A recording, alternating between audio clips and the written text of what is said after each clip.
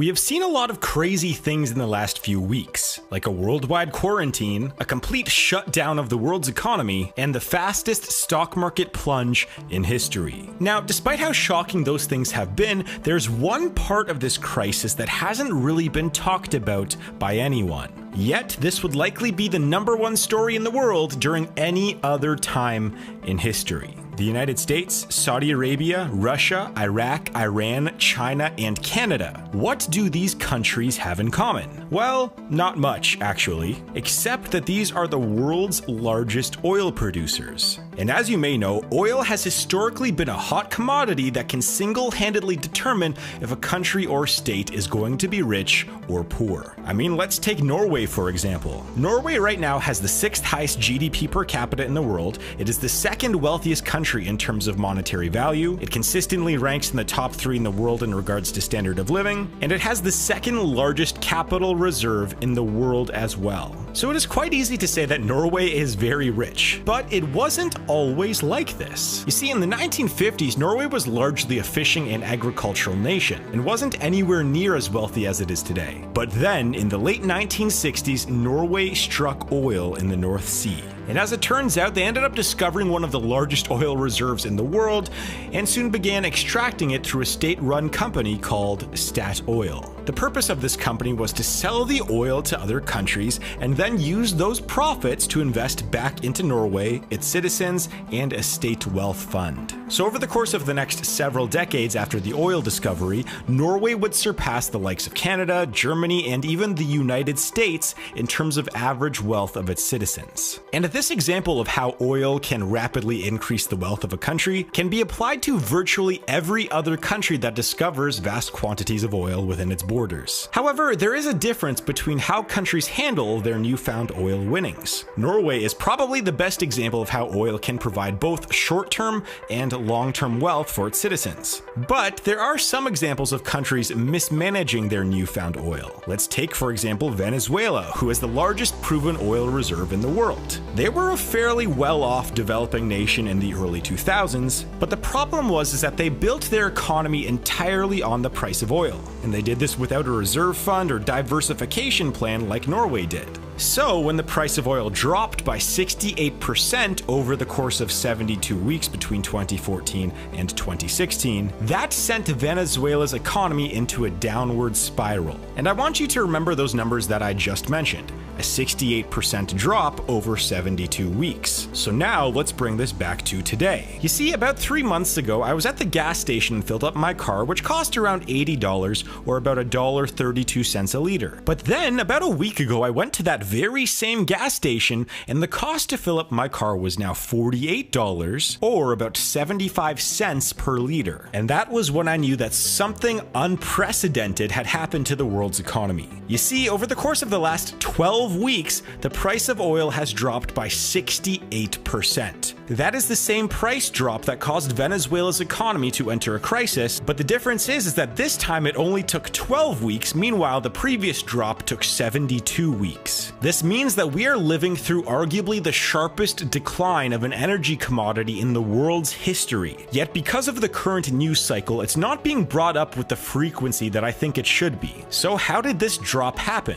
Well, it was a two-pronged attack. The first of which was that the demand for oil began to dry up when the worldwide lockdowns started happening. Think about this. Roughly 2/3 of all oil that is extracted from the ground goes into transportation vehicles such as cars, boats, trucks, and planes. But now there has been over a 90% reduction in overall travel since the outbreak, meaning that people aren't filling up their cars at the gas station as much, and the same applies to boats, trucks, and planes. And as we all know from basic economics, as soon as the demand for a product drops off a cliff, then a rapid price decline will likely follow. And after there's a price decline, it becomes much more difficult to turn a profit for those existing companies, so those companies will begin to go through a tough economic time and potentially even face bankruptcy. So if the global lockdowns weren't enough to decimate the oil and gas industry, industry, then the second part of this attack would do it. You see, early in March of this year, leaders from Saudi Arabia, Russia, and a handful of other countries met up to discuss how much oil should be produced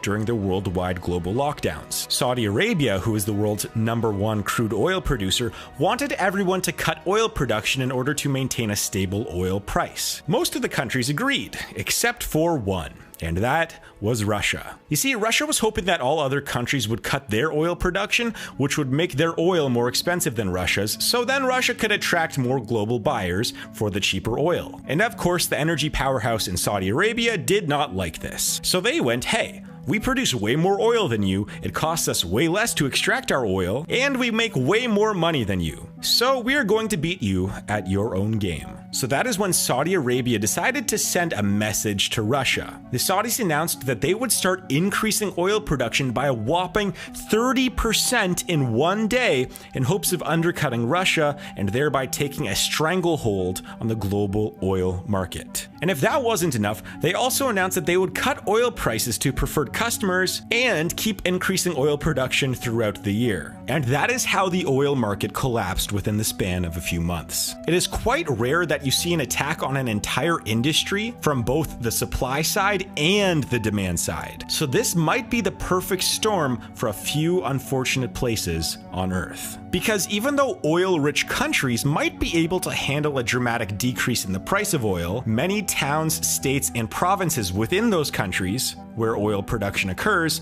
they will not be able to handle this decrease in the price of oil. This is because countries tend to have more diversified economies than smaller local populations like towns, cities, or even states. In fact, there are many towns, cities, states, and provinces out there where a giant chunk of their economy comes directly from the oil industry. Let's take, for example, Alberta, Canada. It's an absolutely beautiful province filled with mountains, parks, lakes, and forests. The GDP of Alberta is roughly $338 billion, which gives it a bigger economy than places like Mississippi, Montana, and Nevada combined. But like most oil-rich places, Alberta was an agricultural and farming land not too long ago. In fact, up until 1947, Alberta was one of the smaller provinces in Canada with very little impact on the economic activity of the entire country. But then the economic gods gave Alberta one of the greatest discoveries in history. It was called Leduc No. 1, also known as the oil sands. After the discovery of the oil sands, which is one of the largest oil reserves in the world, Alberta went through an oil boom that saw the province become a backbone of Canada's economy. And by 1985, 35% of Alberta's economy was based off of the oil industry. And today, Alberta's oil industry accounts for roughly 7% of Canada's overall GDP and nearly 90% of Canada's overall oil production. But over the last 12 weeks,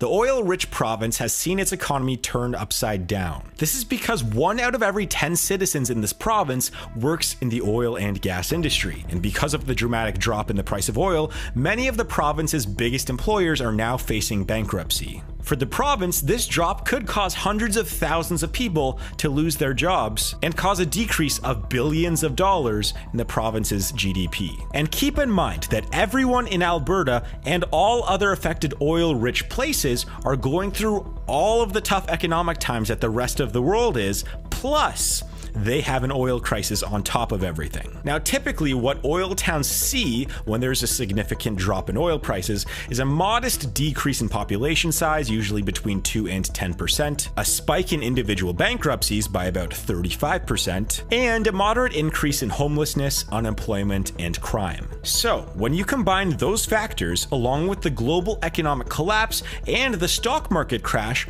we might see the creation of ghost cities at a rate that we have never seen before. You see, ghost cities are created typically when there's a rush or a boom of a resource in a city. This can be anything like silver, gold, coal, or even oil. And over the course of several decades, that city becomes very dependent on that resource. So if the resource runs out or if the resource loses value, then people begin to migrate out of that city just as fast as they migrated in. And it looks like this is what we should expect, unfortunately, in some cities in the world right now. And if this situation wasn't dire enough, all already this year, 208 North American oil producers have already filed for bankruptcy, and many others were hanging on by a thread before this crisis. And as of this week, many of the larger oil companies have cut billions of dollars worth of projects and labor in order to hopefully prevent bankruptcy. So even though the situation sounds bleak right now, there are a few things that could make the situation have a little bit more of a positive spin on it. For example, right now gas prices are substantially cheaper, meaning that consumers that are struggling to get by